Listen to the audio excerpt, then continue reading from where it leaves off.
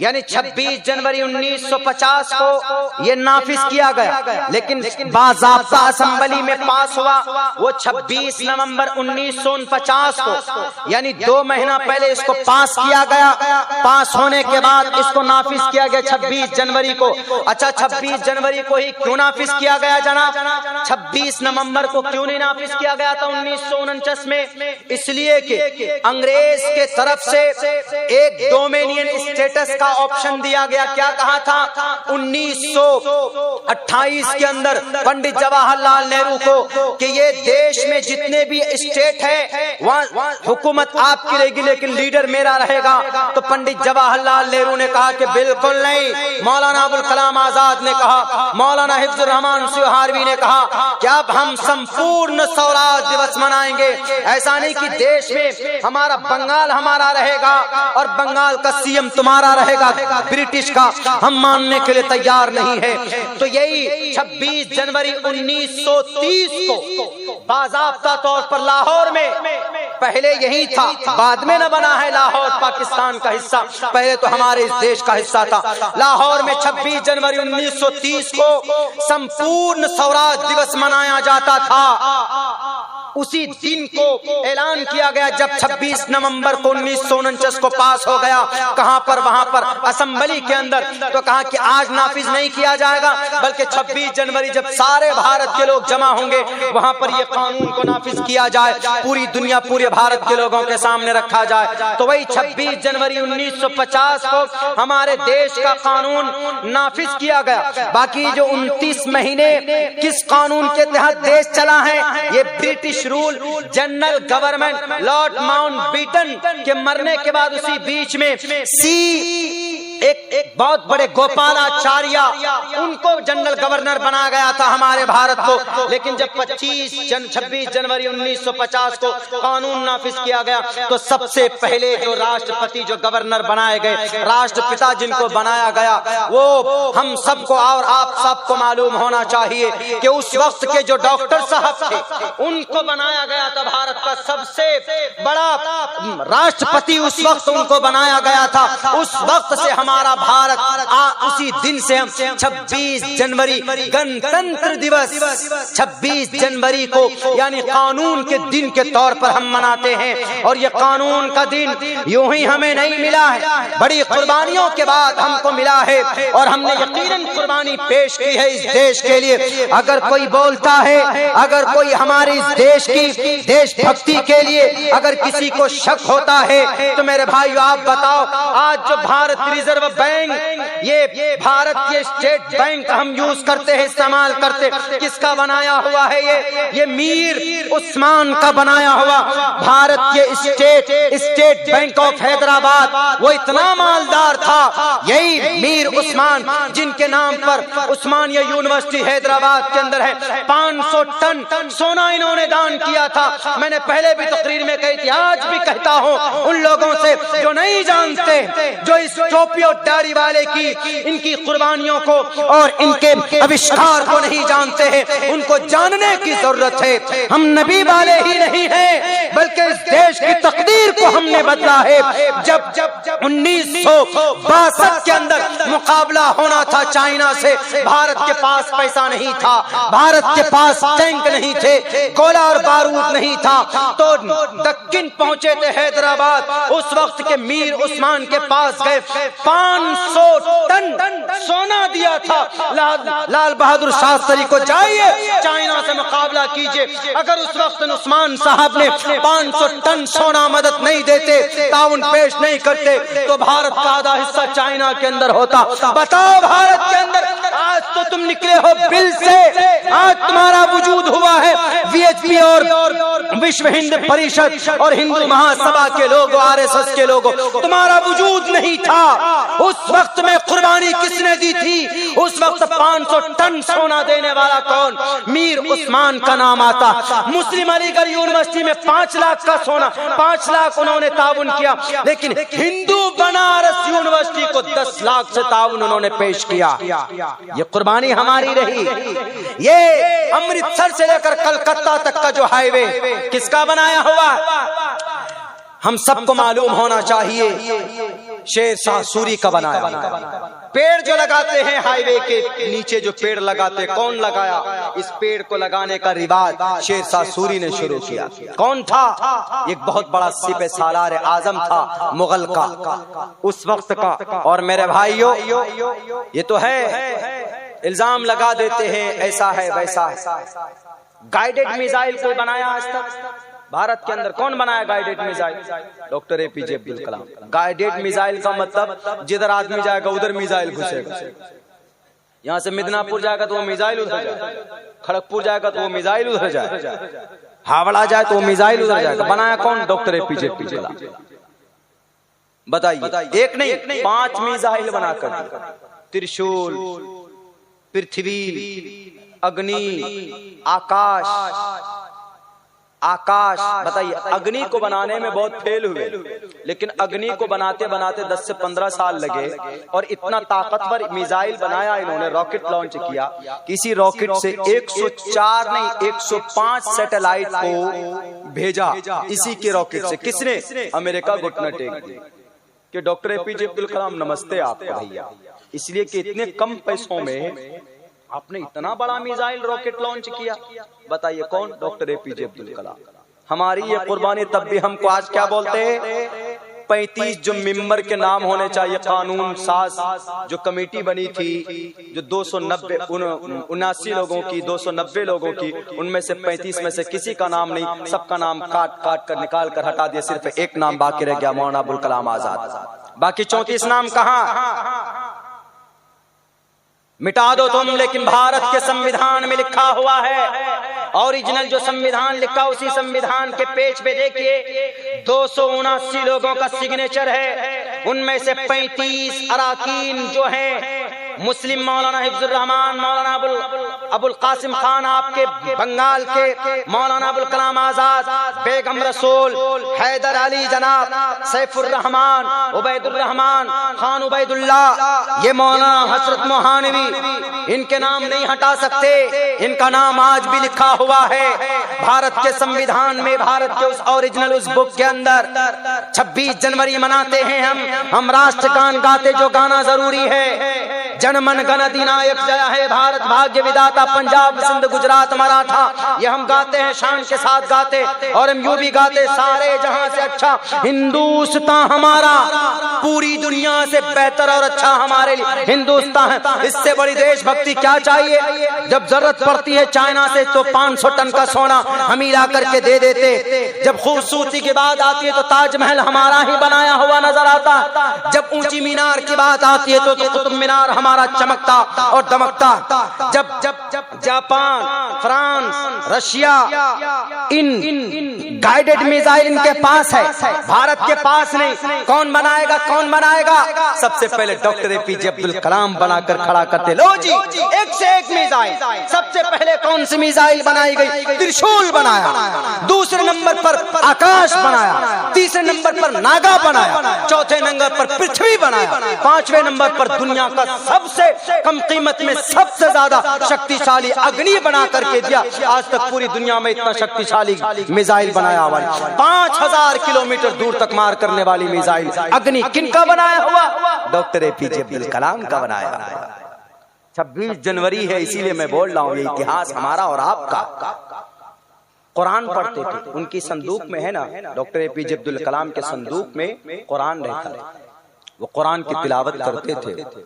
अब बहुत सीधे साधे इंसान, इनके जब ये राष्ट्रपति बने थे तो इनके गांव वाले आ गए थे। गांव वाला होता है ना कि भाई हमारा राष्ट्रपति बना हमारा बच्चा, तो पूरे गांव वाले को जब बस में आए तो जिस दिन वो लोग गए ना, तो पूरा खर्चा जो सरकार की तरफ से हुआ, सरकारी, उन टोटल पैसों को जोड़ जोड़ कर अपने तनख्वाह से काट करके चुकाया कि ये लीजिए। ऐसे थे डॉक्टर एपीजे अब्दुल कलाम। आज उनकी तारीख को, आज उनके मानने वालों को मिटाने की कोशिश की जा रही है। मेरे भाइयों, मेरे मुसलमानों, मैं तो ये कहूंगा कि जिम्मेदार हम ही हैं। हम बोलते नहीं अपने इतिहास को, तारीख की बात नहीं करते। नहीं, भारत के अंदर सबसे ज्यादा इस्लाम किन के जरिए से फैला? तलवारों के जरिए से नहीं। अल्लाह के वलियों के जरिए से।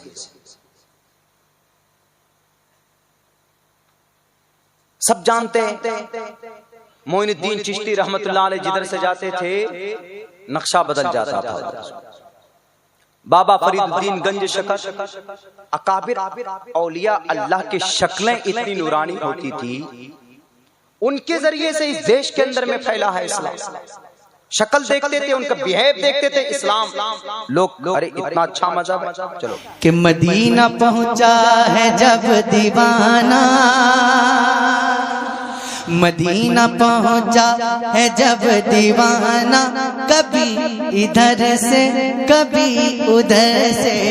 मदीना पहुंचा है जब दीवाना, कभी इधर से कभी उधर से। तो नबी की चौखट, नबी की चौखट, नबी की चौखट को उसने चूमा, कभी इधर से कभी उधर से। नबी की चौखट को उसने चूमा। अब एक शेर पढ़ता हूँ और देखता हूँ कि कौन है जो हुजूर के नाम पर अपनी जान दे सकता है। देखता हूँ और जो जान दे सकता है वही बोलेगा इंशाअल्लाह। बोलिए इंशाअल्लाह। शेर पढ़ता हूँ, सुनिएगा। कि तमाशा इतना तो कर गुजरना, और संभल वाले तो वैसे भी डरते किसी से, अल्हम्दुलिल्लाह, है ना, है ना। सुनिएगा। तमाशा इतना तो कर गुजरना, नबी का दीवाना हो के मरना। तमाशा इतना तो कर गुजरना, नबी का दीवाना हो के मरना। के लोग देखे, के लोग देखे तेरा जनाजा, कभी इधर से कभी उधर से। के लोग देखे। वाह वाह वाह, माशाअल्लाह माशाअल्लाह, सुभान अल्लाह। हाय हाय, दिल करता है कि यही शेर पूरी रात पढ़ता। क्या कैफियत है। जी जी जी, बेशक बेशक। तमाशा इतना तो कर गुजरना, नबी का दीवाना हो के मरना। तमाशा इतना तो कर गुजरना, नबी का दीवाना हो के मरना। के लोग देखे, के लोग देखे तेरा जनाजा, कभी इधर से कभी उधर से। के लोग देखे तेरा जनाजा। सुभान अल्लाह सुभान अल्लाह, बेशक, वाह वाह वाह, माशाअल्लाह। ये मैं माइक आपको दे देता हूँ, तो आप माइक में पढ़िए ना, माइक में और अच्छा पढ़ेंगे। कि लोग देखे तेरा जनाजा, सुभान अल्लाह। कि लोग देखे तेरा जनाजा, वाह वाह वाह। कभी इधर से कभी उधर से। सुनिएगा शेर, और इस तमहीद के साथ कि हम सुन्नी है कि नहीं, और हमारा कोई काम रुकता नहीं है। क्यों नहीं रुकता है? सुनिएगा। कि कभी तो गौसुल वरा के दर से। वाह वाह वाह, सुभान अल्लाह। अरे कभी तो गौसुल वरा के दर से, कभी तो ख्वाजा पिया के घर से। कभी तो गौसुल वरा के दर से, कभी तो ख्वाजा पिया के घर से। निकल ही जाता, निकल ही जाता है काम अपना, कभी इधर से कभी उधर से। निकल ही जाता है काम। नारे रिसालत, मसलके आला हजरत, मसलके आला हजरत, नारे गौस, नारे गौस, फैज़ाने गरीब नवाज, फैज़ाने गरीब नवाज, शायर इस्लाम सैफ रजा कानपुरी। नारे तकबीर, नारे रिसालत, सुभान अल्लाह सुभान अल्लाह।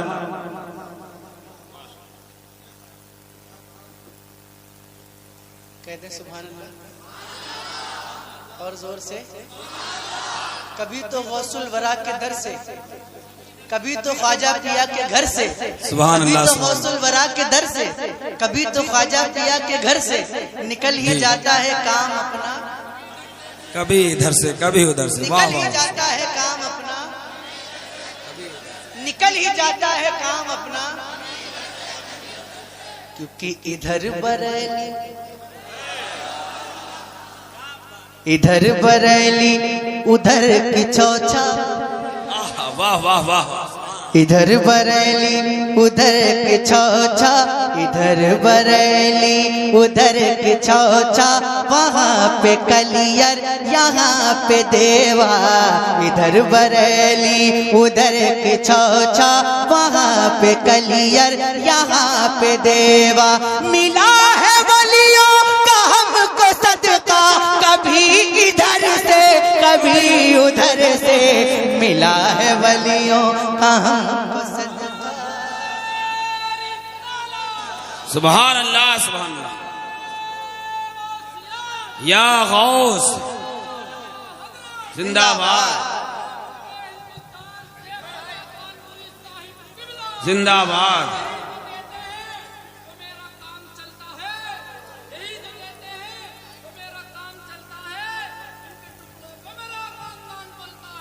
वाह वाह, सुभान अल्लाह, सुभान अल्लाह। इधर बरेली, पढ़िए ना, मिलकर पढ़िए ना, इधर बरेली उधर की चौचा, इधर बरेली वहाँ पे कलियर यहाँ पे देवा, इधर बरेली यहाँ पे देवा, इधर बरेली उधर की चौचा, वहाँ पे कलियर यहाँ पे देवा, इधर बरेली उधर की चौचा, इधर बरेली वहाँ पे कलियर यहाँ पे देवा, तो मिला है वलियों का हमको सदका, कभी इधर से कभी उधर से, मिला है वलियों का हमको सदका, इधर से। वाह वाह, सुभान अल्लाह, सुभान। कभी उधर से। और एक शेर यहाँ पे बैठे तमाम हुसैनियों के लिए पढ़ता हूँ, सुनेंगे?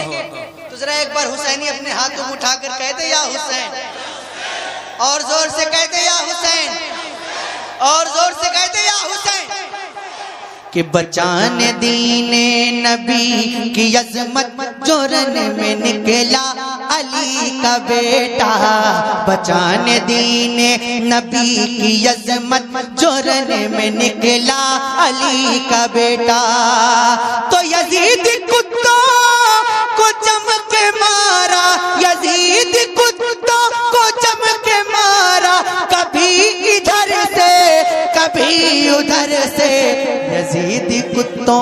अल्लाहु अकबर, या रसूल अल्लाह, या गौस जिंदाबाद, जिंदाबाद।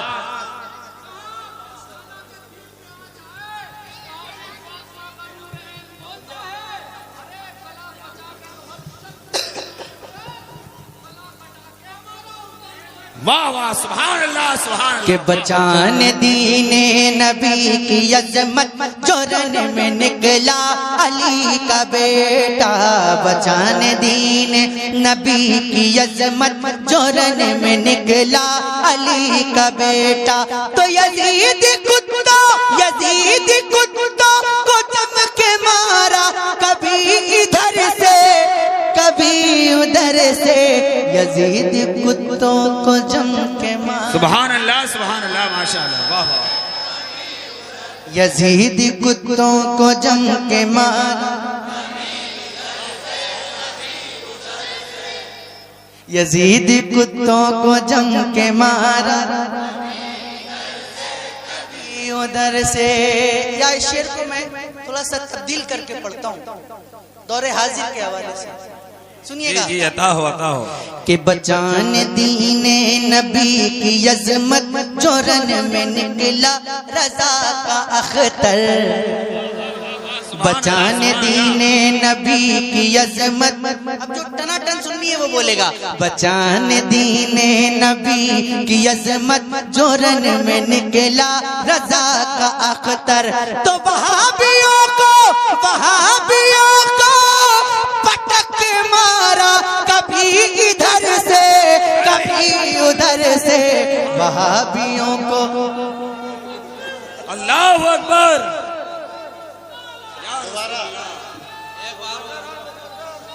जिंदाबाद। सुभान अल्लाह।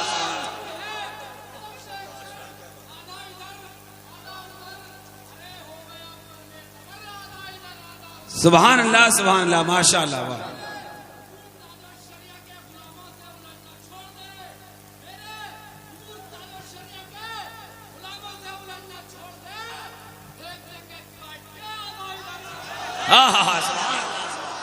क्या शेर को दोबारा पढ़ दूं? अरे बोलिए ना, दोबारा पढ़ दूं? पढ़ दो, आता हो। एक शर्त है, जितनी ताकत से आपने पहली बार सुनकर बोला है उसकी दुगनी ताकत लगानी पड़ेगी। दम है? पढ़ता हूं, सुनिएगा कि बचान दीने नबी की अजमत, जो रन में निकला रजा का अख्तर। बचान दीने नबी की अजमत, जो रन में